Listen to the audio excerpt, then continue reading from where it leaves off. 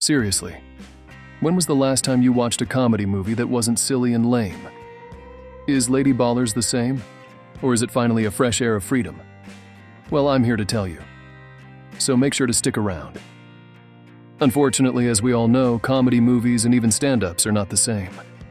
Everyone's ear has become so brittle. You can't make a joke without offending someone. It just feels like comedy is dead.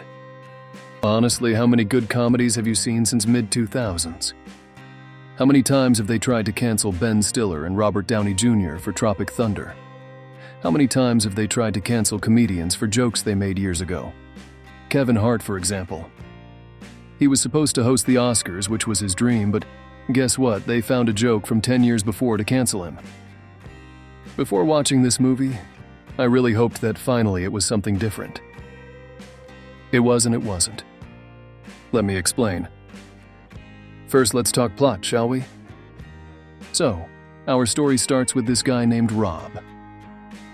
Back in the day, Rob was a big shot in the world of high school basketball. He was the coach who led his team to victory in 3 back-to-back state championships. But as we all know, life has a way of throwing curveballs. Fast forward 15 years, and Rob's life looks nothing like it used to. He's going through a divorce, he's lost his coaching job, and he's ended up working at a drag queen restaurant. Talk about a plot twist, right? But here's where things get interesting.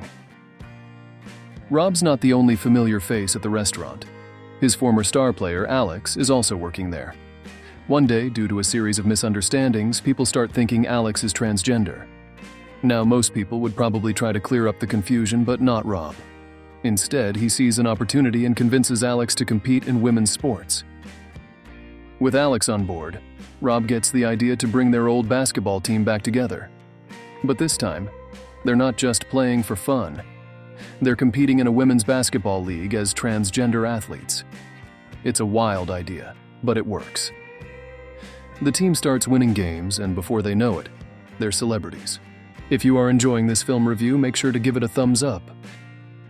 But fame isn't all it's cracked up to be. The team starts having issues, and Rob's ex-wife is definitely not a fan of his latest venture. Plus, Alex starts thinking he might actually be transgender, and Rob's not sure how to handle that. He wants to support Alex, but he also knows that no matter what, Alex will never actually be a woman. Then, things start to go downhill. Rob's worried they're not being fair to the female athletes. He tries to talk to Gwen, a local reporter who's been helping them gain fame. But instead of listening, Gwen gets mad. She sets up a game against another team of guys claiming to be transgender. The Lady Ballers are losing big time at halftime, and things are looking pretty grim. But just when you think things can't get any worse, Gwen tries to kill Rob with a sniper rifle. Yeah, you heard that right. A sniper rifle. At a basketball game. Luckily, Rob manages to dodge the bullet, literally, and comes up with a plan. He gets his daughter and her friends to replace them for the second half of the game. Just the fact that this is the concept they have chosen makes you feel good that someone has stepped up to make a comedy about a hush-hush subject like transgenders. The acting is all right for a comedy like this. I mean, I didn't expect more than what I saw, really. But is it actually funny? Well, yeah, but for certain people. This movie is a literal example of great concept, poor execution. But let me first tell you what I liked about the movie. One of the first things you'll notice about the movie is how bold it is. In a world where comedy seems to be walking on eggshells, this movie isn't afraid to tackle touchy subjects. It's like a breath of fresh air in a comedy landscape that's become all too predictable. The movie dares to poke fun at controversial topics. Well, that's it, really. That's literally all I liked about it. Now let's talk about the problems with this movie. One of the main issues is its runtime. Clocking in at nearly 2 hours, the movie can feel like it's dragging its feet. It's like they're trying to run a marathon when a sprint would have done just fine. You find yourself checking your watch more than once, which is never a good sign. It seems like the writers were trying to fill the time, rather than focusing on delivering a tight, well-paced narrative. A shorter, more concise version of the movie could have been more impactful and engaging. While the movie does have its funny moments, It often relies on physical humor and silly jokes. This can be hit or miss depending on your sense of humor. The movie had the opportunity to deliver sharp, witty humor based on its unique concept, but it often falls back on lowbrow comedy. Additionally, there are moments where the movie over-explains its jokes, which can disrupt the comedic timing and make the humor feel forced. Most of the comedies that you see about controversial topics are successful because they look at the topic from different angles and perspectives. Unfortunately, this movie does the exact opposite. They only look at the topic and the concept of the movie from one angle. All they do in the movie is beat the dead horse. They chose one angle and just continued it to the most ridiculous and bizarre situation possible, which can make the comedy feel repetitive and one-dimensional.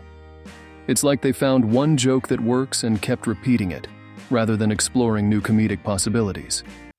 This lack of variety can make the movie feel stale and predictable. The movie had a great concept and could have been a memorable comedy. However, it feels like a missed opportunity. The movie could have used its unique premise to deliver insightful social commentary and innovative humor. Instead, it often resorts to easy laughs and doesn't fully utilize its potential. It felt like you've given a kid the biggest and the best collection of Lego bricks and parts, but the kid doesn't know what to do with them, and builds something that no one knows quite what it is. I can't give it a pass just because it's conservative. They had such a good opportunity to make something good and memorable, but they just disappointed. The whole movie just felt like a big F you to Hollywood and nothing more.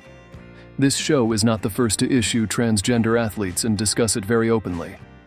A lot of huge comedians like Dave Chappelle and shows like South Park have issued this concept amazingly. But this movie is not even close to them. Lady Ballers had the chance to be a real game changer in comedy. It's not scared to tackle touchy subjects, which is pretty cool, but it didn't quite hit the mark. Would I tell everyone to watch it? Nah. If you're a big comedy fan, this might not be your cup of tea. If you enjoyed this review, make sure to subscribe and ring the bell so you won't miss the next review.